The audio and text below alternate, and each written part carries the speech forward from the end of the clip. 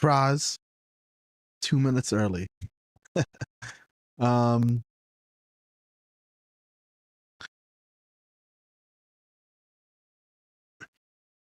So I don't really know. I mean, I know exactly what I'm going to talk about. And the truth is that I looked at some of the stuff. I wanted to do like a more of a live reaction on screen, you know, where I'm just going to talk about what's going on without knowing anything about it. But I couldn't help myself. The news was happening. You know, everyone has a phone. So of course I looked some stuff up. So I have some preconceived notions, but I want to actually go through it with like everybody here. What's up, Pangburn? How you doing? What's up? Yo, always appreciate you being there, making me feel like I'm not talking to an empty chat. That's all right, because all of these are going to turn into videos and they're going to get into your head one way or another. One way or another, you're going to hear my annoying ass, fat ass voice. It's just going to end up happening. You're not going to be able to stop it. That's the plan. Ugh. So there's a few things that have happened on the news. There's a Supreme Court hearing that apparently killed affirmative action, so we're going to take a look at that. Also, a good friend of mine sent me claims of a Russian general, Sergei Surovin, arrest in connection with Wagner uprising, which, crazy news, you know, this Russia development is really freaking interesting. I think that it really does mark some sort of like moment right now in like a global sense that we really have to be paying attention to, that there seems to be a country that has been, you know, generally successful, a part of like one of the biggest countries, right? They were part of the G8 at some point, which then became the G7. They hold massive oil reserves and natural resources for the rest of Western Europe, Eastern Europe. And to see that themselves are collapsing from the inside, that is something to be wary about. That is something to really take seriously. I don't think it's just like boring news or whatever it might be. There's more important things like the affirmative action case, or I don't know, whatever you think about that guy who was naked at a pride parade with his dick out. That shit doesn't really matter. These culture war stuff, they really don't matter. Not yesterday, because yesterday I actually ended up going out with my father. I didn't see him for a lot, so we had like we had a whole thing. It was nice, it was great. A little fire, listen to some music, drink a beer, it was cool. But the stream before yesterday, I tried doing, you know, talking about these like culture war topics, and the reality is that these arguments and these ideas are so stupid, they're so dumb. I literally couldn't even bear doing it. I hated it. I literally hated it. So I'm just not doing that. No. I'm not going to watch these culture war stuff. I know I said something along the lines of like, oh, honey brings bees or flies, but that's shit, and that attracts fucking mosquitoes and diseases. I don't want to be a part of it. I just really don't like it. Anyway, shape or form, not interested in talking about that stuff. Maybe if it crosses my nose, but realistically, no passion for it. You know, I feel like I'm like a bland, yeah, that's not happening again at all. Another video that we're doing past this ADD moment, why is tipping is out of control in the US? And the person who recommended this to me told me, you know, I was watching you doing, you know, your conversation with Juan Docia about minimum wage and stuff, and he thought that this could, you know, be related to that. And I was like, oh, that seems like a great idea. All right, so we're going to talk about that. Then we're going to talk about Chris Christie, because apparently people are saying he's now like a some like, you know, leftist pro, you know, Biden stuff. But from what people are saying, he's just standing up to Trump, so I think it'd be interesting for him to talk about that. And then I really want to tackle something really, really interesting that I've noticed, and I think it's because a lot of people who are my age, you know, late 20s, literally I'm about to turn 30 in a month, I almost forget that there's some people who still are like at atheism 1.0. You know, like they just answered the question about God, and they're just getting into politics, just getting into like science in the world, and they don't even understand what the burden of proof means and how that relates to like whether we should legislate a law or whether something should be criminal or not criminal. and whether we should even care about people's feelings in some instances where like tradition matters and other instances where it doesn't. So I wanted to talk about that, a little philosophy, look some articles up about that topic. So I thought that would be interesting. So that's what's happening right now. I see Perry's in the chat. Sup, Chaver. Okay, I see what you're doing. He's placating to my years in Israel, my mother tongue. I can't escape it. Perry. So yeah, so I thought we'll start with talking about the Supreme Court issues. Before you know it, Perry's going to be dissecting like biblical verses in Hebrew and relating them to like their etymological roots and how one word is really related to another word. And then he's going to lose his mind while doing a bunch of shrooms and start believing in gematria. That's what you're going to end up doing, Perry. You're going to end up believing in gematria. And you're going to say, oh no, of course this word and this word, even though they're completely different, because the numerical values are so similar, it means they have some sort of connection, blah, blah, blah, blah, blah. And then you start doing like the math in the Bible, and you find a chapter in Ezekiel that every other fourth word says Obama on it. And then that's it. And then we lost you to praying to cardboard cutouts of Donald Trump. That's exactly what's going to happen. Yeah. Yeah, of course. Realm of forms. You know what's funny about that? They talk about the realm of forms, right? But what they're really talking about is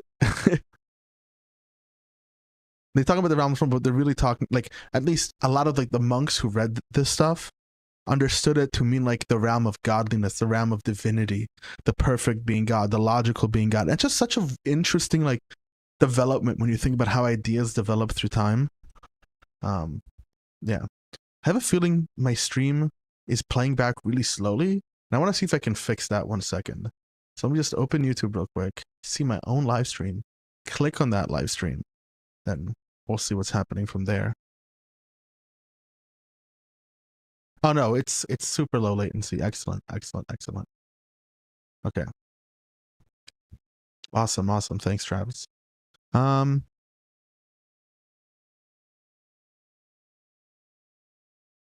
Okay. Everything looks good. No, I'm not hating on the best philosopher ever at all. I'm not hating on I'm just saying that it's interesting from a historical development to see like the way the history of thought has progressed, how these things have changed over time, that these ideas kind of themselves like move and like people use them to rationalize specific notions they already have, you know, is interesting to me. Right? The Catholic Church literally built an entire like philosophical tradition based on these writings in many respects. Do we need notions of God to do philosophy? I don't think we need to have notions of God to do philosophy, but I think we can understand like what is meant, at least when philosophers say God, about like being and like a perfect, at least in Western philosophy. But no, I don't think we need notions of God. We can just we can have a lot of attributes, and like, for example, like the thing that is most perfect, right? That idea, for example, and how we navigate that concept. I think, sure, we can talk about that. We don't need God for that necessarily. But, you know, some people will say, well, that is God. That's just what God means. It's all of these characteristics, and why not speak about them?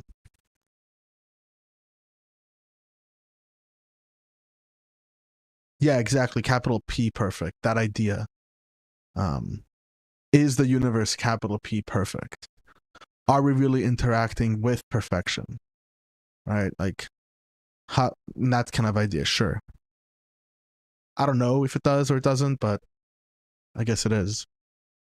Okay, anyhow, let's look at this Supreme Court shit. That's what matters right now. Okay. Let's see. To say there was. Yeah, I see. I started watching it a bit. Let me go back. I couldn't help myself. I just couldn't help myself. It has been 4 years since the justices read their opinions out loud like this for all of us to see and for us to have a dissent from the bench because of COVID. They hadn't been on display like this.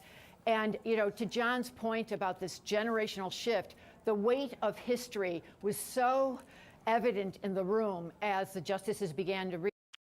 Can we recognize right now when we're watching this that the way she's speaking, she's already priming the audience, right? She's not reporting, right? She's priming the audience. The weight of history was so present. Don't tell us that. Just give us what was happening, then instruct us, then give your analysis. When you give your analysis beforehand, I don't know, it's really frustrating to watch news like this. But exactly, quite cringe, precisely. Exactly when we looked at Ad Fontes Media, we learned that from them.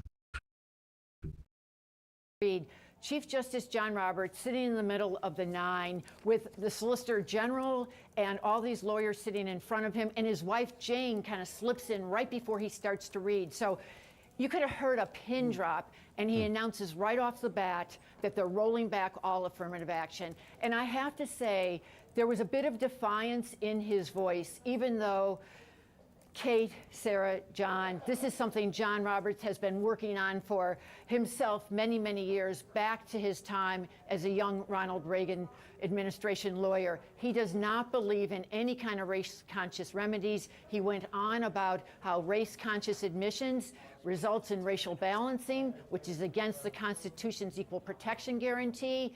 And what he did was he spun words out of the 2003 Grutter decision that you all have referenced to say, wow, this is crazy. Like, not news. He spun the words, he this, or this, or this. Are they going to get to what he actually talked about? Are we going to get any direct quotes or just this lady? No. See, not watching this. Garbage. Garbage news. Okay, now we got more analysis, a case study 8 hours ago. Okay. A waiting key.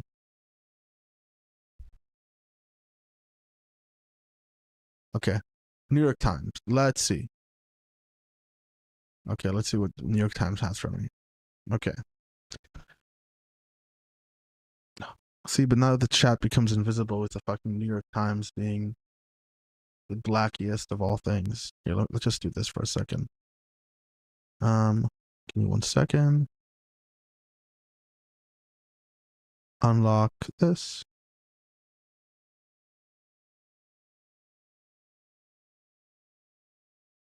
Why not? There we go. Let me move it. There we go.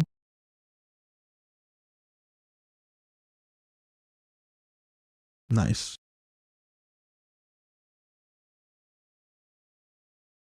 Okay. Now you can see what you're talking about. We did it. This woman seems mechanical. She just seemed like she was just trying to spread information. No, she was just trying to be whatever. An affirmative action ruling, black justices take aim at each other. Okay. Even as Justice Clarence Thomas and Kentucky President appear to agree over policy's aim, they harshly criticize each other's conclusions on what to do. In an extraordinary exchange that played out this morning, the pages of a landmark decision, blah, blah, blah, court declaring race-conscious admissions at college and university across the nation to be unlawful. So for those who don't know, I just assume people know things. God. The Supreme Court basically said that affirmative action is not constitutional. They're basically saying that both justices were raised by black families. Well, I don't know. I want to get the actual news. Why can't I just find the regular news? Regular news. I just want the regular fucking news. Why is that so difficult to find? Reject all. I don't want anything. Go away.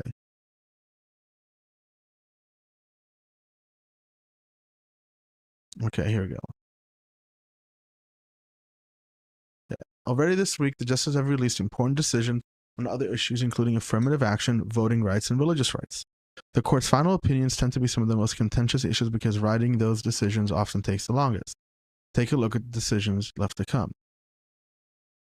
Oh, left to come, but what are the ones that they have already voted on?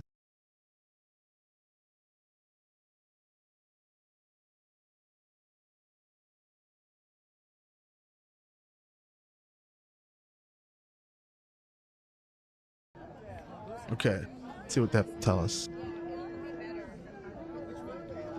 I'm Mark Sherman, and I cover the Supreme Court for the Associated Press. The Supreme Court today overturned the consideration of race in college admissions, ending affirmative action at the college and university level. The decision was driven by the court's 6 conservatives. The liberal justices were in dissent. There were moments of high drama in the courtroom as both Justice Clarence Thomas, a longtime opponent of affirmative action. Why don't they record this? Can they please record this? Like these things? I wish I could see this. And Justice Sonia Sotomayor, a supporter of affirmative action, both read from their opinions in the courtroom. Those are 2 justices, Thomas, just the second black justice on the court, and Sotomayor, who is the first Latina justice. They both have acknowledged that affirmative action played a role in their admission to college and law school. So they both read from their opinions. Chief Justice John Roberts wrote the majority opinion for the court, in which he said the Constitution does not permit colleges and universities to use race when they determine how to fill their incoming classes. The Supreme Court decision today will force colleges and universities to look for different ways to achieve diverse classes. Now, what that will look like precisely is not clear. There are some people who favor socioeconomic-based affirmative action. If the people who are poorer, regardless of their race, may qualify for some special consideration. There's also been some talk, although it doesn't seem to be likely, that universities could eliminate such things as preferences for the children of alumni. That would help, people have said, balance out or make the incoming classes more diverse. So the impact and the precise details of what will happen are not clear, but every college and university in the country is affected by today's decision, with the exception of the nation's service academies. The Chief Justice there said that there could be special considerations, including national security interests, that might affect the legal analysis. Okay, that was good. See, this is why we love the AP. So we like good news that's not just like the psychotic rumblefuck of nothing. Okay, that's why we like the AP. The AP is good. Okay, so what did you say, John Boy? Everything I hate about looking for news is relentless mental energy requires to filter the op-ed. Yeah, correct. No, this will not affect your FAFSA. Don't worry. This will not affect your FAFSA in any way, shape, or form. So in that video, at one point there was a girl who was holding race is my story, and I find that, you know, true in many ways. Right, there's a truth to it. Her race is her story, and this always makes me think of the forced busing Supreme Court ruling. So for those who don't know, in Detroit in like the 70s, and I'll get to my opinion on what's going on and discuss it a bit more, but in the 70s, after, you know, the Civil Rights Act, Detroit had a forced busing program, which took to create integration in the schools and desegregate them. They would take black kids from one area of you know, where there's tons of black kids, and took them to the white schools, and took kids from the white areas and took them to the black schools, to kind of force integration between children. Because that was a goal, right? We'll integrate our kids, we'll stop racism, we'll stop bias, we'll stop hatred, we'll learn to like each other, we'll learn to recognize that the other one's a human being. Talking about very explicit racism, right? That's what people were dealing with at the time. But the racists in that area, and yes, they were racist, were saying stuff, my kid will never go to school with a Negro, right? My kid will never go to school with a colored kid. And when they took this to the Supreme Court said, yeah, you're right, because according to, I think it's the 25th Amendment, right, the Civil Rights Act, no law should be made, right, discriminating based on race. So it was unconstitutional. And instead of helping alleviate segregation, helping alleviate racism, which was what specifically this amendment was supposed to do, it ended up, through the Supreme Court's lens, creating more of it, instantiating it. Does that make sense? Did any of that make sense to anyone? Is there something that's confusing? If it is, just chat something away and I guess I'll know.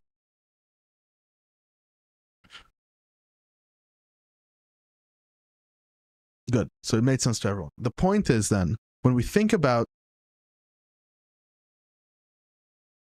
this current thing with affirmative action. First of all, is it doing that? Is it allowing more racial segregation? Right? I don't know. I don't know the answer to that. Right? I really don't know. I'm tracking. Yeah, I really don't know. That's the truth. I don't know if that's the case or if that's what's actually going to happen. It might happen, but from what I know about affirmative action is that it usually only like becomes a thing, like schools only kind of gets told that they need to hire more black people or whatever it is when you can prove disparity, like very bizarrely to like the population or whatever it is. From what I know, I could be wrong on this, so if I'm wrong on this, cool, but I think I'm right.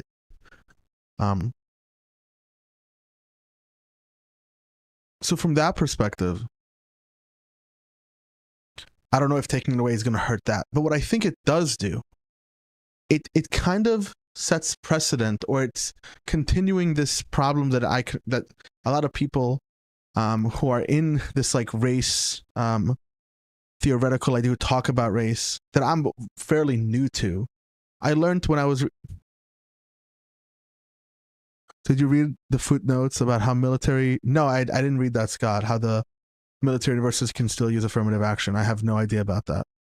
But I don't know if I'm necessarily, like, I don't know if I even like affirmative action. Wouldn't I prefer a program that is very much catered to like making sure that people of different socioeconomic classes show up? I think yes, because it would unfortunately still bring in probably overall mostly black kids. But then again, there could now be a, under the table bias where we get white kids from these lower income areas, because you could still do that, right? If you don't have a quota for black kids, so like all the kids you bring in from the lower socioeconomic can be white or can be Asian, rather than black, because the effect on African Americans isn't just an economic one. And the reality is it's also one of, I hate saying this because it sounds like I'm a fucking massive racist, but cultural one. There's a history of trauma in their society, right? There were most of their grandparents lived through Jim Crow. If I was an African American, if I was black, my grandmother would have been living through Jim Crow, right? My grandparents were in the Holocaust. So like that exists in people's generations, and that has an effect on how they live their life, what their family dynamics are like, their access to resources, et cetera, et cetera, et cetera. And there hasn't been any like real reparations after slavery. The point is, I don't know if taking away affirmative action is good or bad, but what I think it does is it forces us, yeah. But then, John Boy, the issue becomes is how do we now know, how can we make sure that we're not continuing a history where African Americans are not getting into schools because of in-group bias, for example? Does that make sense? Like how can we address that problem? Because that is still a real problem, right? Like, what is the biggest problem with Ivy League schools? Legacy admissions, right? Your father went to that Ivy League school, so you go to that Ivy League school. Your grandfather, right? There's legacy admissions. I say we should actually just care more about. We can mix class with race. I don't mind that. I don't have an issue. I think that the 25th Amendment, which was supposed to prevent desegregation, ended up making segregation happen. So I can imagine a world where if we really do entirely go race blind, like race neutral, don't mention race, don't talk about race, we're doomed to repeat these same issues that were supposed to be alleviated from the Civil Rights Act and which haven't, as evident by redlining, forced busing problem, right? That already happened. We know that race blindness doesn't work, and I worry that race blindness might still play a role in college admissions. I don't know enough about it, so I can't really say, but that's like my main issue. That's how I'm thinking about this whole issue overall. Scott just sent me about the race-based affirmative action is unconstitutional in public and private universities in the United States, but not for the military. I wonder why. Is this just because, they want, I don't know. This is interesting. What was their argument here? Let's stream that. What was their argument here? What was this argument? Race-based affirmative action is unconstitutional and private and public universities in the United States. Decided that.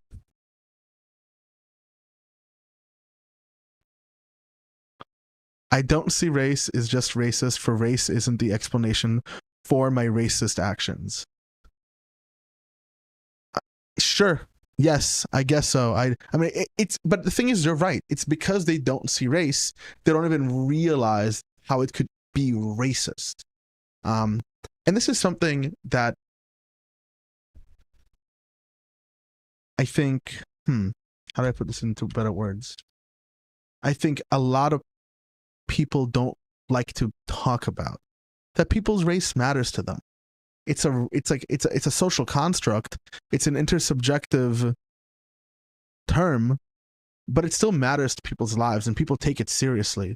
Whether we like to be like enlightened and like, oh, we're better than this, we ought to aim for objectivity whenever possible. I think there is historical issues, and I have no idea how to quantify for or know when it could be theoretically be considered mitigated. I agree with that it's hard, but I think that what we can do, and this is where like people really don't like the notion of equity as opposed to equality, for example, right? Like equality of outcome, because how do we know? Like, what would be the way in which we would actually know that African Americans are no longer under the thumb or being hurt by systemic racism, right? That becomes the question that we're asking. How would we know that?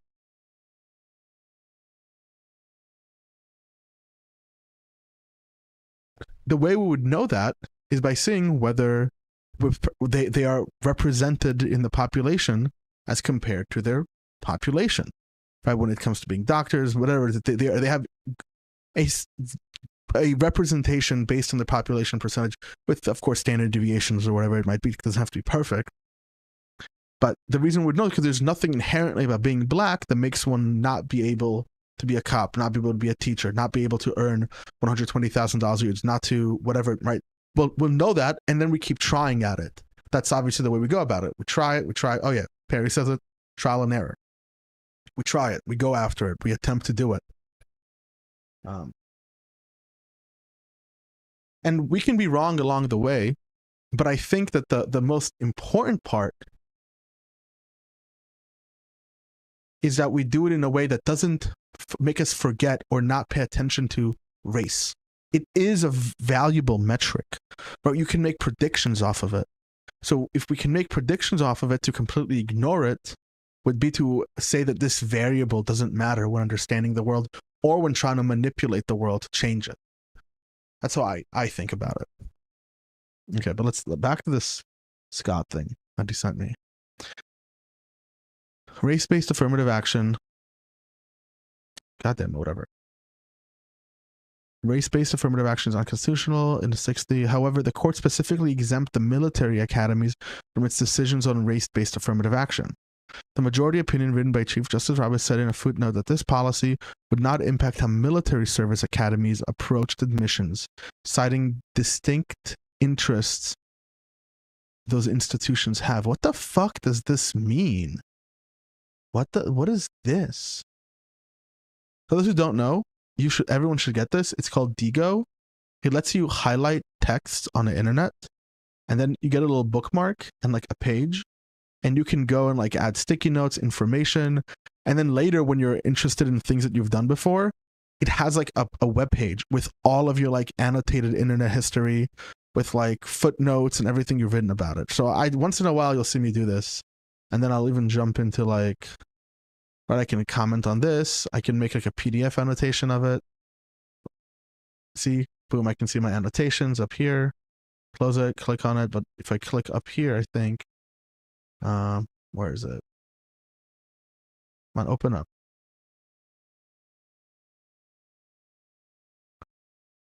Whatever, another time. We'll look at the other app. I don't know how to go all the way into it. Anyhow. The special nature of military academies and their interest was addressed in an important, ambitious brief in Gut of Republic almost 20 years ago, said Lawrence, professor. The Supreme Court's decision tacitly acknowledges that. The Supreme Court decision allowed the academies to continue race-conscious admissions policies that historically been justified and need for a diverse officer corps. What the fuck? I'm not following this decision. Why is it okay here but not okay there? Why is the military above any type of constitutional authority? See, this is when you start sniffing racism. Like what could this be? I need to know. I need to know from like John Boy. I need to know from Mega. What could this fucking be? Like, what is this? Like, I can't big brain this. I don't want to call it racist and saying, oh, well, we need more black people to go into the military because we want blacks in the military, but we don't want them in like academia. I'm not following. I'm not following. I mean, are they saying that they need more black people in the military and their affirmative action is still okay there? This is the thing where I'm getting really, really lost. As of 2022, the Department of Defense Office Diversity, Equity, and Inclusion addressed that only 90% of the military enlisted were black and only 8% of its officers were black. The military knows that it doesn't get diverse student leaders in its commissions. You don't get diverse office leadership.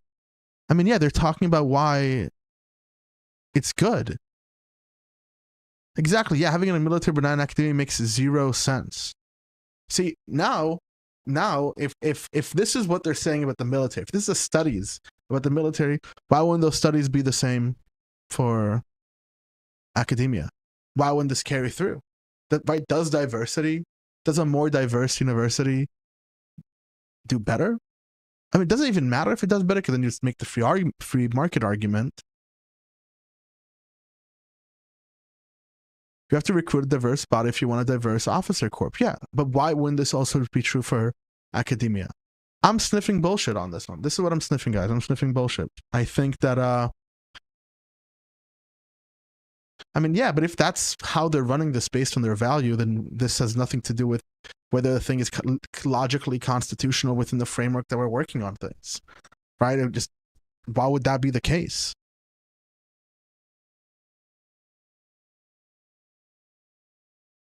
I think that what they really need to do for academia is legacy, right? Legacy admissions, make that fucking illegal, right? Like, just no, you don't get that. Fuck it. That's not a thing that's happening. Get rid of legacy admissions. Make it more about socioeconomic classes. And within that socioeconomic class, the admissions should be proportional to the ethnic diversity of that enclave. That's how I think about it. So really, it should just be that in general. Like, if you're Harvard, it's right, and you get tons of admissions, you gotta think about that. It's very important. And people don't recognize that Ivy League school. I mean, I know people do recognize this, but I think most people don't take the time to really think about how important and how much these institutions like Harvard, like Yale, like Columbia, these Ivy Leagues, how much they actually influence our political and like our world. They are institutions of meritocracy, ones that push you, that sit at the top of society. If you manage to go to Harvard, right, you're making it. If you get into those like fraternities and sororities and you're a part of that environment, you are going to be somewhere big in the world, because those connections are unbelievable. So these schools, to even just think about them as entirely problems of power, that we should have a way to regulate them, of course. If you sign up for the military, are you guaranteed schooling?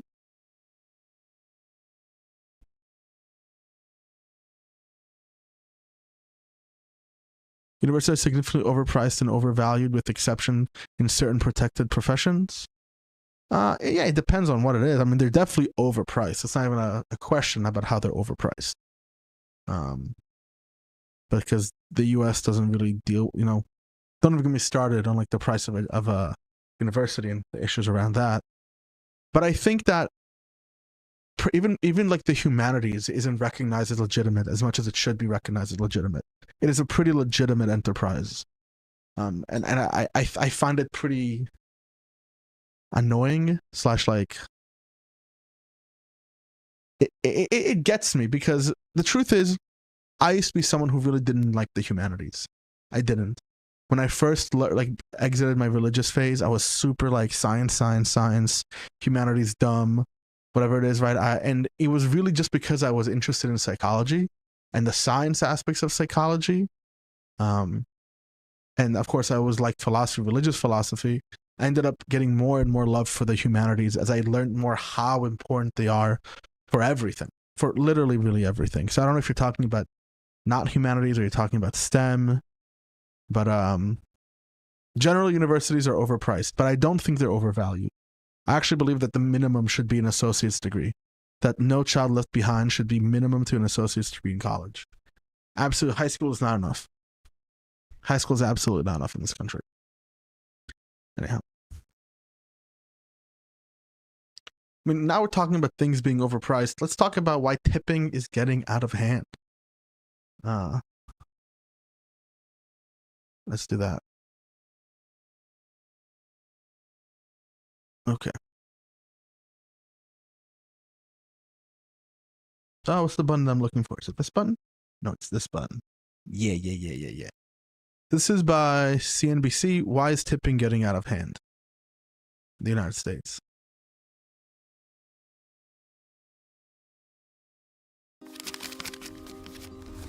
When was the last time you purchased something and you weren't asked for a tip?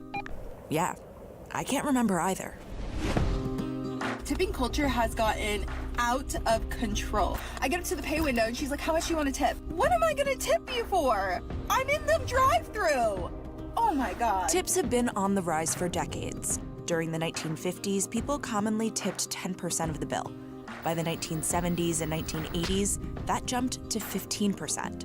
Today, people tip anywhere from 15 to 25%. According to one 2022 survey, consumers said they tipped more than 21% on average. Nowadays, there are people who argue 20% is kind of a cheap tip. While the percentage that consumers are tipping at full-service restaurants in the past couple of years has remained about the same, in the fourth quarter of 2022, the number of tips provided at full-service restaurants grew 17%.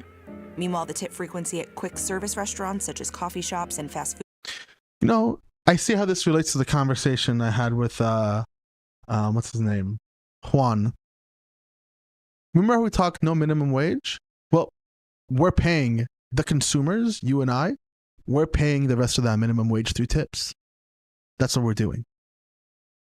Instead of that person, you know, working and making money, we pay the rest with tips. Because the business model isn't like good enough or whatever. We're paying the rest with tips. No, this is the fuckery that we're talking about. This is exactly the fuckery that we're talking about. Minimum wage would really help this problem. No, other countries don't do tipping, and people actually make careers out of being waiter and waitresses in those countries. They take it seriously. They provide services for everyone around them, but this is interesting so far. Food chains rose 16% during the same time period. What we're seeing now nationwide is something that is known as tipflation.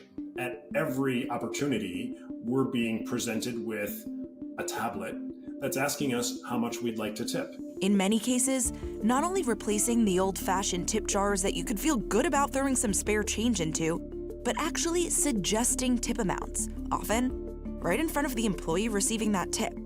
Not to mention also your dinner date and the dozen or so people standing behind you in line. And it's gone beyond just the tablets. The other day I was using the Hopper app to book a hotel, and it wasn't until I confirmed my payment that I realized my hotel was $10 more expensive. It turns out Hopper assumed I wanted to add a tip, and I had to go back to a prior page in order to opt out. Tipflation refers to not just that we're tipping more, but we're tipping everyone for everything. You're being guilted into tipping on something that is not technically a service. It's someone simply doing their job. You know what's interesting about tipping as well? Sometimes gratuity is included in the price. There's like an all-you-can-eat like Chinese restaurant by us, and they have really good stuff. But the tip is included in the price at a minimum of like 18%. I think it's something like that. In those situations, consumers are feeling resentful. Where do you draw the line?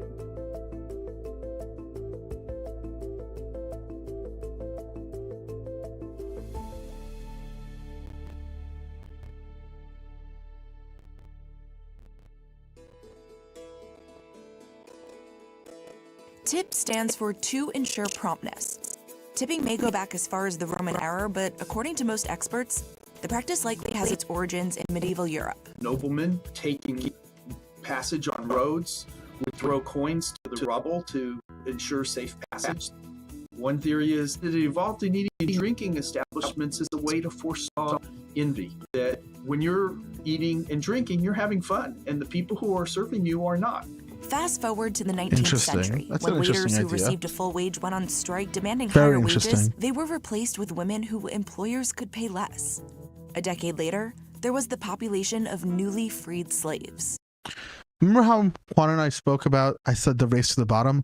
That's what it is. If you could pay women less, then they hire women, right? You just pay those who can less, until those at the bottom don't compete for higher wages, they compete for lower wages, because it's either eat and have like a good life where you can like pay for internet and like have kids go to school and like have clothes and we can buy them Christmas or Hanukkah presents, and the people not having that. That's what the competition is for. People get all the way to the bottom, just I can just live. That's the race to the bottom. That's what the employers make us do. Instead of just saying, no, we are not nobody in this entire country is going to work if you don't pay us at minimum $15. In the entire country, we're not doing that. That's us collectively saying, nope, that's how much you got to pay a human being. Get with it, or else we just don't work. And we're making it illegal to do so. That's what that is. That's just us collectively deciding shit. And at every turn, right-wing establishment tries to take that away from us, from our ability to collectively decide on things. Or say it's a bad idea. If we collectively decide, then all the money goes into the power of the companies. All the money goes into the power of the corporations, because now they'll decide for us. Because the free market is king. The free market's not king. The free market doesn't know shit. It just acts. That's all it does. The idea from these restaurant owners was that they were giving... It's the same appeal to nature. Appealing to the free market is like appealing to nature. It's appealing to this notion that nature, as it operates through its process, is the best decision maker. That's what we're doing. We're consistently appealing to nature. It's like saying God. To say the free market is the same thing to say God. It's Spinoza's God or nature. That's all it is. So...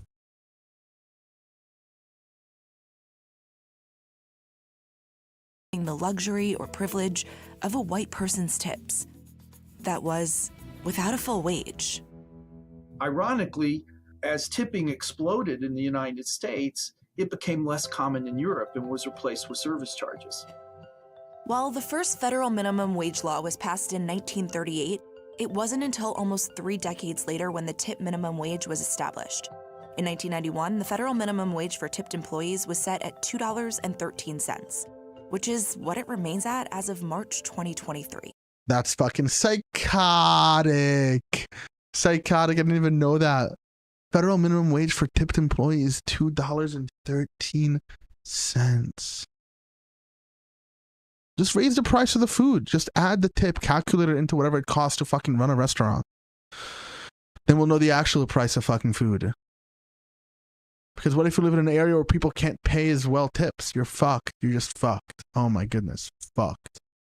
Kind of making it so service industries have to run into other economies. Crazy. As far as I know, the United States is the only country that exempts tipped workers from having to receive the full minimum wage.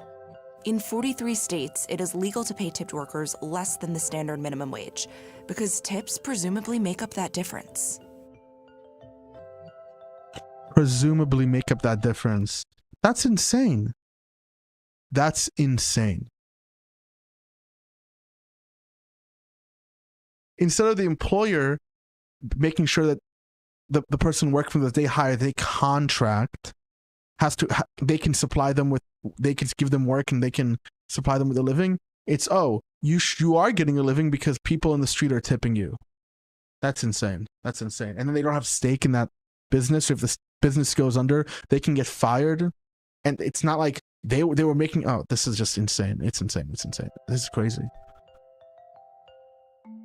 In recent years, you might have found yourself asking, do I tip this barista for pouring that hot coffee? What about when I'm going to a restaurant and picking up takeout? And how much Oh yeah, do I chefs tip make that a lot of money, doorman, Perry. driver, Chefs make a or lot of dog money. walker? When those in the service industry were feeling the brunt during the coronavirus pandemic, consumers started tipping for things they never had before. And the percentage of remote transactions when tipping was an option in which the consumer tipped soared from about 46% before the pandemic to around 86% in January 2022. If people were willing to tip the person delivering food to their home 30%, why not ask if they'd like to tip when they come pick up? During the pandemic, businesses who lost a lot of traditional customers and transactions were looking for alternative ways to make up that income. And if asking for tips was one way to do it, they were willing to try it. And since then, that ask hasn't dissipated. Another reason consumers say they feel pressured to tip more, they're being asked to tip prior to service completion. Asking for a tip beforehand is almost like a bribe, right? I'm afraid not to tip because, well, you do less good work. Customers might not be concerned about the barista's perception of their tip before getting their latte, but what about the mechanic repairing your car? I don't know about you, but I'm certainly going to make sure to tip them well to ensure my safety. Ensure your safety. Oh, that's interesting. Why? Another reason consumers are tipping more, newer technologies. Yeah, but why do they do that? Because they're making fucking why would they spit in your food, right? Perry says this, but I assume that everyone can read the chat. You want to tip now, or do you want to spit in your food later? Well, the answer is, I don't want you spitting in my food. Why would they even spit in your food? Because if you don't tip them, you're an asshole, and you basically made them work for fucking pennies. That's why. So instead of them actually being employees of the boss, they're almost like business friends who come there and basically get a very minimum stipend to come and like be there in the restaurant, but really they're trying to sell you. They're trying to get the tips off of you because they're making nothing per fucking hour. That's bullshit. That's fucking bullshit. Right? In by that case, if they do bad, the business, it's a partnership without any legal like connection to it. Right? It's a partnership where there's no legal protections for me being a part of the business. What if the chef fucks up and I start getting less money? Does the chef not make any more in tips? No, he doesn't. What if the business owner doesn't? Does he start making? No. So that's pretty fucked up. I didn't realize how bad the service industry actually was. Disgusting. Kiosks and tablets with 3 large tipping suggestions that pop up on the screen in front of you. 3 options chosen by the business. I have not yet been to the restaurant where they recommend 5, 10, or 15% for quick takeout. It normally always starts at 15 as a bare minimum, sometimes even. Oh, I know about tip pooling, where they pool everyone's tips together. According to a 2022 creditcards.com survey, 22% of respondents said when they're presented with various suggested tip amounts, they feel pressured to tip more than they normally would. They use those options as an indication of kind of what the normative range is. Pathetic. Some managers even pull percentage of the tips. Awful. So the more you ask, disgusting the more you industry. The 3 prominent companies with that trendy, sleek look are Square, Toast, and Clover. They launched a bit more than a decade ago to help businesses run smarter, faster, and easier, all in one point of sale or POS systems. In some cases, fewer fees so it's less of a burden to accept multiple credit cards, no long-term contracts, and multiple other useful tools including inventory and employee management. They got credit card processing into the hands of individuals and very small merchants. Square did a great job. It's been a tremendous growth story. That's half of the business today. Do you think these companies are responsible for this turn of events that we've seen with tipping? I would say they could take some of the credit for helping restaurants gather more tips. Robert Sanchez manages Eli's Essentials in New York City. One of the business's locations uses Toast, while the other uses this. He says the storefront that uses Toast sees more and higher tips. The Clover, Square, and Toast terminals to a consumer are very easy to use. Big buttons, big areas to sign the tip, an easy way to tip a different I don't tip as much as I should now that I think about it. I say no tip a lot of the time. There are others that Like, do it. for example, where is it that I never tip?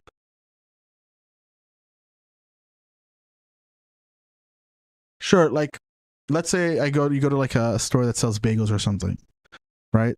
And like I go to and like their machine has I'm not tipping you for making me the thing over the counter, like you work there. But I guess if those employees now I know work on tips, are they? I think it's the owners. Whatever it is, I'm not tipping you 15% on my bagel. You just made me a bagel. Relax. I wasn't, sitting at a table and you're serving me and you're giving me service and you're making sure my water is topped off. That's not what was happening. Maybe should I tip people who make my bagels? I don't know. It's not as cool looking. We've come a long way from being able to just throw your spare change into the jar by the cash register. The new tablets have turned what used to be a sin thank you, of Scott. omission. I simply didn't put money into the tip jar, into a sin of commission. I have to hit a button and say no tip. I have to actively choose not to tip. Whereas before, not tipping was a kind of a passive thing. Glancing at the tip jar could have also been a way to get a sense of how many others are tipping on that service and maybe even how much money. Meanwhile, not only can the tipping options be customized, but the tipping feature can be disabled as well. I think baristas do get paid with tips. It's the tips. merchant's choice to ask or not to ask for tips. From the business side, it makes employees want to perform better and do a better job. It's seriously significant. It really pays for the software. You'd be a foolish business owner not to install it based on what the numbers display. Even a mammoth company as large as Starbucks has decided that they need to sink or swim, and the best way for them to do that is to offer the tip screen. Starbucks rolled out the tipping feature in stores in September 2022. It's one thing to have a happy staff. It's another thing to have customers that are feeling resentful. I think it's a calculus that all business owners really need to make. Okay, tipping point. Last chapter. Let's see. This is really interesting. They're somewhat going to start seeing that they're getting lower tips because people are paying tips to so many services, or they're resentful of the act of tipping in general?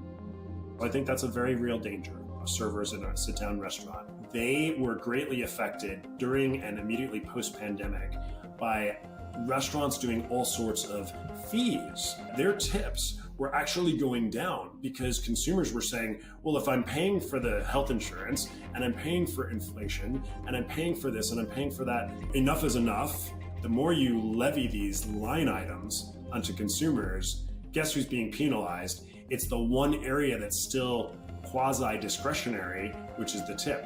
I went door to door talking with waitresses, bartenders, and baristas, and while they wanted to remain anonymous, they told me it's happening already. With inflation and being prompted for tips left and right, they say customers have already started to tip less and sometimes not at all. A 2022 study found that 17% of Americans are tipping less because of inflation. However, 10% report tipping more. At the same time, more than half of Americans, or 60%, want to do away with tipping entirely. The extent of pandemic-influenced generosity has also gone down. 43% of consumers typically tipped servers 20% or more in 2022, compared to 56% of consumers in 2021. Meanwhile, the average tip for full-service restaurants has gone down only slightly during the same time period. According to Toast, 19.6% in the fourth quarter of 2022, compared to 19.8% in 2021. However, according to surveys conducted Wait. Okay, they made this sound super doomy and gloomy, but 19.8% and 19.6%. We're gonna have to know the previous trends and the stability to know whether this metric is even means anything to us. It could mean nothing. It could literally be irrelevant versus not irrelevant. Why would that matter? This doesn't mean anything to me. Same years, respondents said they're tipping higher percentages, 21.2% and 18.9% respectively. It can genuinely hurt the people who truly rely on gratuities for their livelihood. I firmly believe that the tipping invasion we're experiencing right now, I think it's the dramatic music at it's just killing it. It's killing it. It's ruining the whole vibe. Tablet at just about every counter, Trying no to sell matter where you fear, go. not just The question information. is, God damn it. Where's the tipping point? I'm wondering how long before I'm tipping my doctor after an annual physical. If you want to seem I mean, especially generous after an you're not tipping your doctor after your annual physical because no amount of money that you can give your doctor as a tip is actually going to make them feel like they're doing their job, unless we start paying doctors $2 and fucking 13 cents an hour. Then your doctor's going to want to tip. That's a good video. I like that video. I really did. I don't have much to say about it. Just that was a great video, actually. That was pretty cool. Okay, what do we say? Do we want to go ahead and take a look at Chris Christie talks about 2024 GOP field? Apparently he fucking shits on Trump. Or do we want to watch a 6-minute video about claims of Russian General Sergei Sorovinkin's arrest in connection to Wagner uprising? DW News. What are we going for? Put a 1 if you want the Russians. Put 45 if you want us to shit on Trump. Let's go. I got 2 people, so we don't have, it should be quick. Bum bum bum bum bum bum bum. Da na na na na na na na na. Okay, no one's typing, so I guess I make the decision. Everyone's enthralled in other things. Okay, so I actually. I'm going to start watching this Russian stuff. Okay, 45 it is. Okay, Scott decides he wants some culture war stuff. I don't know if it's culture war, it's actually just politics, but oh, everybody wants 45. Okay. Let's see this.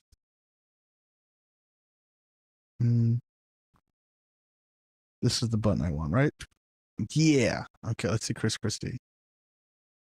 And you, obviously, what sets you apart is that you were willing to go after Trump in a way that no one else in the. We were just talking about the state of. I'm sure. I mean, Scott's here. Everyone who's looking, Chris Christie. Just remember this: whatever Chris Christie says, he's not my friend. No matter how much I agree with what he might say right now, he's still not my friend. Chris Christie is not, nor has ever been my friend. During the 2016 election, after Trump basically called him a bunch of names under the sun and made him look like a fucking fool on stage just by telling him that he's a little fat pudgy boy, and he just took it like a little bitch. He ended up just dick riding Trump. Let's just remember that. But let's see what he has to say about Donald Trump right now, because he's just trying to get elected, right? He's a politician who just wants to be elected. It's really all that's going on here. It's not, but he's not my friend. He's definitely not your friend. Okay, so. And his tie knot is awful. Why can't politicians just do a good full Windsor knot, right?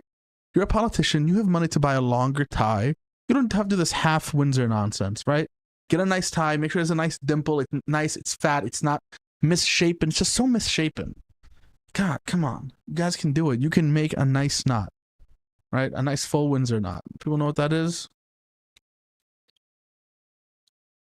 I think that's how you spell it. Yeah, full Windsor knot. Look how beautiful of a knot this is, right? A nice full Windsor, and you can even do it with the dimple. Come on, beautiful. That's how you tie a tie, right? Look at this. Amazing. Gorgeous. Bellissimo. Amazing. Right? Even the half Windsor, that's a really good half Windsor. It's hard to do a half Windsor, but look at the difference. Windsor knot full versus half. Can you guys see the difference? The full is like plump, it's thick, it has body to it. And the half Windsor is like flat, you know? Yeah, double Windsor, exactly. Full Windsor, or even a double Windsor knot, doesn't make a difference, but it looks so much better, so much better. Let's see. Fix your tie, Chris Christie. God damn it, shame. Shame from the fashion police. 2024 race. And you, obviously, what sets you apart is that you were willing to go after Trump in a way that no one else in the 2024 field does. We see Asa Hutchinson and Will Hurd, they do. Giga Chads do not wear clips. Absolutely wrong. The whole point of a tie, okay, this is the point of a tie, is to keep your collar nice and snug around your thing in a good way, right? It's just supposed to be there nice. So it's nice, it holds. It shouldn't even be too tight that it's like sticking out of your thing, But let's be real. If we're going to criticize his suit right here, there's a few things we got to say. Listen, I'm a big guy. I know when you're buying suits, it's hard to get them to, fit right. But Chris, listen, your arms are too big for the sleeve, my man. His arms are too big for the sleeve. His shoulder pads are extending over. Sloppy. That works for you. You got to get a suit that fucking works on you. And he's not jacked. He's a chubby. He's a part of the fam, represented. But I didn't say it's not his fault. It is his fault. No, it is his fault for not making sure that his suit fits right. That's an important aspect of what you're doing on a CNN fucking political. Get your suit on fleek. Your tie's not on fleek. Your suit's not on fleek. Okay? Fuck. So, her suit's on fleek. Look at this. On fleek. Criticize him, but not in the way that you have done. Do you believe that those who don't are making a mistake you made in 2016? Exactly. I think they're making a mistake not only that I made, but that Jeb Bush made, and Marco Rubio made, and Ted Cruz made, and John Kasich made, that we didn't go after Trump early enough, and we allowed a certain narrative to set in about Donald Trump. This is correct. This is correct. If you supported Trump in 2016, right now and you don't support him anymore, this is what I want from you, Chris Christie, and anybody who's a Republican who supported Trump in 2016 and no longer supports them. What about your thinking? What about your thinking? Do you recognize led you to make such a dumb decision and vote for Trump? What did you not see that I saw, that many people saw? Right? What massive miscalculation have you done, and can you address what that is? If you can address what that is, I can start to trust you again in making decisions, Chris Christie or anybody else. I can think of you as someone who I can rely on for analysis of the world. Because they fucked up. They let this guy just either get to them. He became a fan or a magite or a maggot, whatever it is. That's the point. This is what we need. That then became impossible for us to change or overcome. And so, look, he has been. They fed the monster, and the monster became too strong. Because they wanted power, they wanted clout, they wanted political sway. So they fucking fed that fucking goose, and now it shat not a golden egg. It shat you a fucking racist egg. Okay, the egg came out with a KKK hat. No, that was too tropey. It farted out a anti-vax conspiracy theory tinfoil hat egg. Okay. World figure for the last 8 years. And so we're not going to be able to knock down his numbers or shake some of his support. I've been in the race for 3 weeks, but we have, 7 months until the first people vote, and my message will be heard by then. And I think the American people care about the truth, Caitlin. I really do. And I think the Republican Party cares about the truth. And I think they want to hear. Does the Republican Party care about the truth? Do they? I don't think they care about the truth. Hey, you put Marjorie Taylor Greene as your fucking Speaker of the House interim for a little bit. You give a fucking shit? You don't go ahead and just call out DeSantis, for saying some patently absurd shit? No, don't say that. The COVID, election, don't just say that the Republican Party. No, he needs to be saying that the Republican Party wants the truth or needs the truth to continue. Needs the truth, not want. They need the truth. They obviously don't want it. It's not advantageous for them right now. So long as Donald Trump and DeSantis are given free reign, they are appealing to the MAGA movement. They are appealing to the reactionary right, and that is a dangerous place to be. Very dangerous place to be. But no one's been saying it to them, and I'm going to say it to them over the next 7 months. We have questions about your fundraising, but on Donald Trump's fundraising, he has quietly begun diverting money that he is raising for his 2024 campaign into a political action committee that he has used, which we can see from filings, for his personal legal fees. What do you make of that? It's disgraceful. It's disgraceful. He's going to middle-class men and women in this country, and they're donating $15, $25, $50, $100 because they believe. I'll go back a little bit. I'm sorry. Trump's fundraising, he has quietly begun diverting money that he is raising for his 2024 campaign into a political action committee that he has used, which we can see from filings, for his personal legal fees. What do you make of that? It's disgraceful. It's disgraceful. He's going to middle-class men and women in this country, and they're donating $15, $25, $50, $100 because they believe in Donald Trump and they want him to be president again. They're not giving that money so he can pay his personal legal fees. And let's remember something. He's a billionaire. He's a billionaire, self-professed billionaire. Why can't he use his own money to pay his personal legal fees and not use money coming from the public? It's disgraceful. And it's a continued grift. And look, I mean, people have been saying this for a long time. Welcome to the train, Christy. Welcome to the train. It's a grift. It was a grift when he made those fucking, what are they called? Those pictures, NFTs, where he's like fucking Homelander mowing down innocent people with his fucking, what? My favorite Trump NFT, though, has to be Thick Cock Trump. Do you guys know about Thick Cock Trump NFT?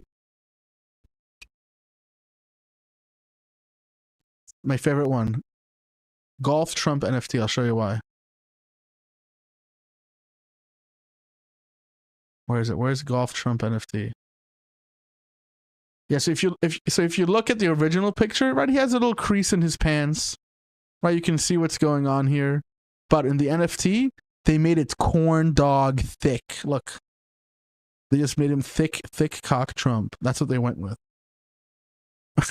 They just made it thitch, as opposed to what it actually looks like, which is just, you know, a crease in his pants. You can clearly see it's like something completely different. But no, you had to go with thick T. Okay. Amazing. Oh, this one's also a fucking classic. Amazing. Oh. Then we had this one, literally like Top Gun Trump with a spacesuit. It's just ridiculous. Aviator Trump. This is a cult, right? We have to admit that this is a cult shit. This is just cult shit. I don't know what else to call this except cult shit. The Trump family has been involved in grifting for quite some time. He was doing this in terms of the people who got paid out of this PAC before, whether it was Kimberly Guilfoyle or other members of the family. Jared Kushner, 6 months after he leaves the White House, gets $2 billion from the Saudi sovereign wealth fund. When Donald Trump had put him in a position to be in the Middle East, what was Jared Kushner doing in the Middle East?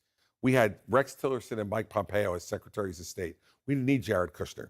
He was put there to make those relationships, and then he cashed in on those relationships when he left the office. So with Donald Trump... Hunter Biden, though, what about Hunter Biden? Listen, presidents are parents, and they obviously either want their kids to do well or whatever it might be. Play favors with their family members, that's fine. And do I think Biden probably tried to help Hunter out? Probably did try to help him, but his druggy son, I hate saying the druggy, his son who's suffering from addiction couldn't handle it. But Donald Trump, he is a worse criminal.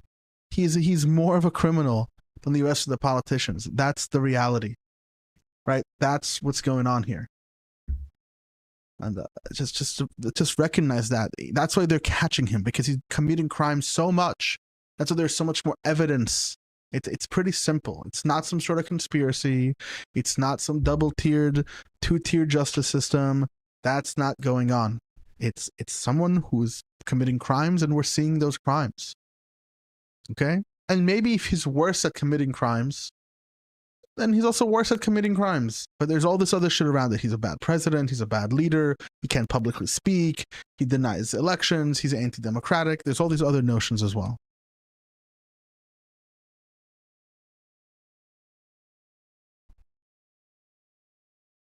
Trump's doing now is just a continuation of what he's permitted his family to do over the entire course of his time as president. Why do you think he's not using his own money to pay for his legal fees? Because he's the cheapest person I've ever met in my life. That's why. And what he's very good at, Caitlin, is spending other people's money. And if you look at his history in New Jersey, and you think he's misleading his voters, his supporters by... Well, I think those supporters, write a check to Trump for president. They think they're paying for campaign expenses, not for personal legal expenses.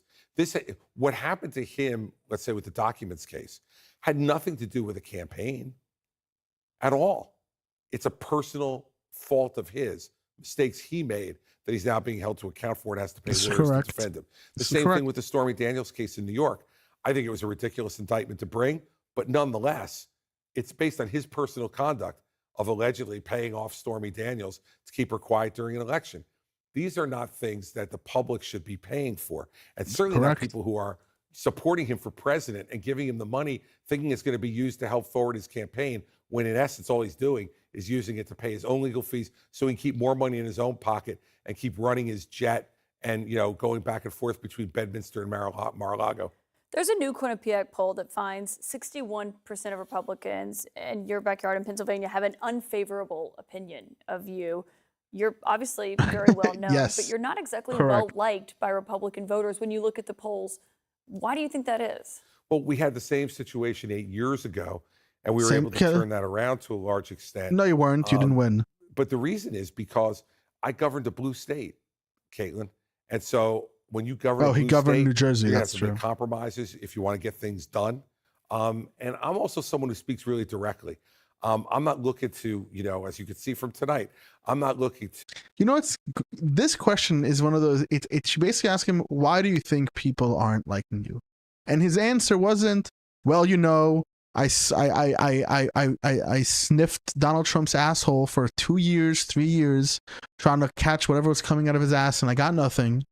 I failed. I really did mess up during Katrina. Yada, et cetera, et cetera, et cetera. Why couldn't you just say your failures? Why are you playing this game where when I talk about my failures, I must turn it into a positive? That's bullshit. People don't like you because you're obviously disingenuous. You're not willing to speak to them. You're not willing to meet them anywhere. That's why they don't like you. To play bumper pool here and not answer questions. So when you answer questions directly, you get reactions and emotional reactions from people. Lastly, I think that but he would be better than Trump for president. You have political capital, which I had a lot of in New Jersey. You're there to spend it to do things of consequence. We haven't had a president who's been willing to do that for a long time. And that's the kind of president I'll be. When I win the election, I'll have a lot of popularity, and I'm going to spend that popularity to do the difficult, big things that this country needs to do. Can you get your polling up enough? Are you going to make it on the debate stage? Sure. Well, I'm already, from a polling perspective, we're at 9% in some polls in New Hampshire. What about on fundraising? On fundraising, we're not going to have any problem meeting the 40,000 person threshold. Okay, so you'll be on the debate stage. I certainly will be. And if anybody's concerned about that, go to chrischristie.com right now. Donate and we'll be fine. Speaking of New Hampshire, Governor DeSantis Donate, was there yesterday. give Obviously, him he's money. another Don't 2024 give him challenger. money. He was asked by a high school student about January 6th and how Republicans handle that. This is what he said to that student. Do you believe that Trump violated the peaceful transfer of power, a key principle of American democracy that we must uphold? Are you in high school? Yeah. So I wasn't anywhere near Washington that day. I have nothing to do with what happened that day. Obviously, I didn't enjoy seeing, what happened. But we've got to go forward on this stuff. We cannot be looking Oh my God, what a little bitch. backwards and be mired in the past. He talked. No. The issue here is that you're running against a president who was complicit in that. A former president, President Trump was. Why you're not going to give an opinion on that, Christie? Not Christie, DeSantis. The sanctimonious. How Biden is running for office and Biden running and why he should defeat him. But is that the Ridiculous answers I've heard True, in this fine. race so far. Yes. You don't have an opinion about January 6th, except to say, I didn't particularly enjoy what happened. People were It's not killed. exactly a strong statement. People were killed, Caitlin, as you know, that day on Capitol Hill defending the Capitol. We had members of Congress who were running for their lives. We had people trying to hunt down the Vice President of the United States chanting, "Hang Mike Pence." That is correct. That is literally what happened. People were walking the halls of Congress screaming, "Nancy, coming, I'm out to play," like trying to get Nancy Pelosi, saying they're going to hang AOC. That's what was happening then. But it was peaceful, right? And Donald Trump the entire time sat outside the Oval Office in that little dining room of his, eating a well-done cheeseburger and watching TV and doing nothing to stop what was going on until it got to the point where even he could no longer stand it. And he finally, at 4 something in the afternoon, put out a video asking people to leave the Capitol. And Ron DeSantis doesn't have any opinion on that. Look, I know, by the way, I'm pretty sure I know who that high school student was. He goes to every town hall meeting in New Hampshire. He's been to 3 of mine, and he asked really tough questions. And I said to him, hashtag shout the out. last time I had a town hall meeting is out of mine. See if any of the... This reminds me, if anybody actually wants to be like politically active, you just go to town hall meetings.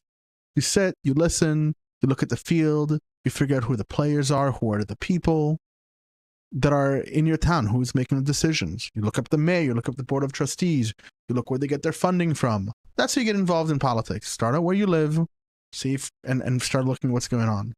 A lot of people think that they can go and wave their flags or whatever it is and block the highway. You're just pissing people off. You want to make real changes, go and do something. Actually do something. Protest is a great tool, but protests have to be, they can't just be like, let's go onto the street. And no, it needs to be with a goal, with an aim, with a statement, with, it needs to be organized. Organized protest is good. We need organized protest. We need organized activism. Candidates will answer your questions directly and grade them on it. I suspect when I go back and see Colin in New Hampshire next time I'm up there, DeSantis, that he couldn't do anything different than that. And then while the event was going on, while the riot was going on Capitol Hill, we know that Donald Trump was watching it and was being urged by even members of his own family to get out there and say something. And he refused. Bar. And yeah, I mean, guys, this is what it's going to look like. It's going to look like Chris Christie and Trump going head-to-head in debates. I mean, we're talking about really, and this is like when politics gets a little more entertaining if you like the drama, but mostly it's not that entertaining. Okay. So the last thing I'm going to talk about tonight, I'm going to go over, I'm going to just hang out, is the burn of proof. This is what I'm going to talk about right now. Recently on the Discord, this is what I was kind of getting into people today with. We have a little section called Trav Asks Anything, which is Travis just puts questions in there for people to answer. And it always blows up into some like bullshit. So let me try to pull up what the conversation was. Okay. Let's see. There's people hanging out there right now. I mean, you guys are already hanging out in there right now. At least one of you is. Who is streaming my stream? This is some inception right now. But here. So the conversation started developing into like nudity laws and whether Travis asked a question, which was, where was it? Should like nudity be like, should we have nudity in public or whatever it is? I think my opinion is pretty cookie cutter. It's not like crazy. Yeah, people should, I don't think people should just be like naked walking around in the grocery store. I don't think people should just be walking around butt naked in the library or in the courtroom or even on the sidewalk. I just don't think it should be criminal. It shouldn't, like, you shouldn't be going to prison, right? Or like, right? Or it shouldn't be a crime to be naked in public. That's like my basic thing. Personally, if I lived, like, if you could tell me, oh, what would you vote for if you could like make a bill? Should we allow nudity in public? My answer would be, yeah, sure. I think that like at a public park, if someone wants to like lay down on a towel naked, that's fine. We could say like when traveling down the sidewalk, no, you can't be naked.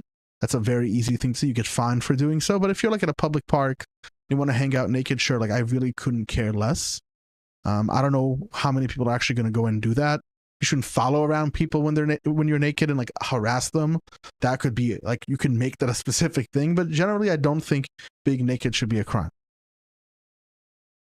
And this sprung up conversations with people in a way that I just really didn't fucking expect. And the question was almost like this. Where was it? Me and Vic, this guy named Vic, were talking about it. Officer Vivek. He said, here, How did it start? Let me just find that. It's exactly. Okay, so it started with the idea that, but then kids are going to get traumatized and sexualized and like get hurt from this. That's the answer. Kids are going to get hurt from this. And I go, I don't know that kids are going to get hurt. Do you know that kids are going to get hurt?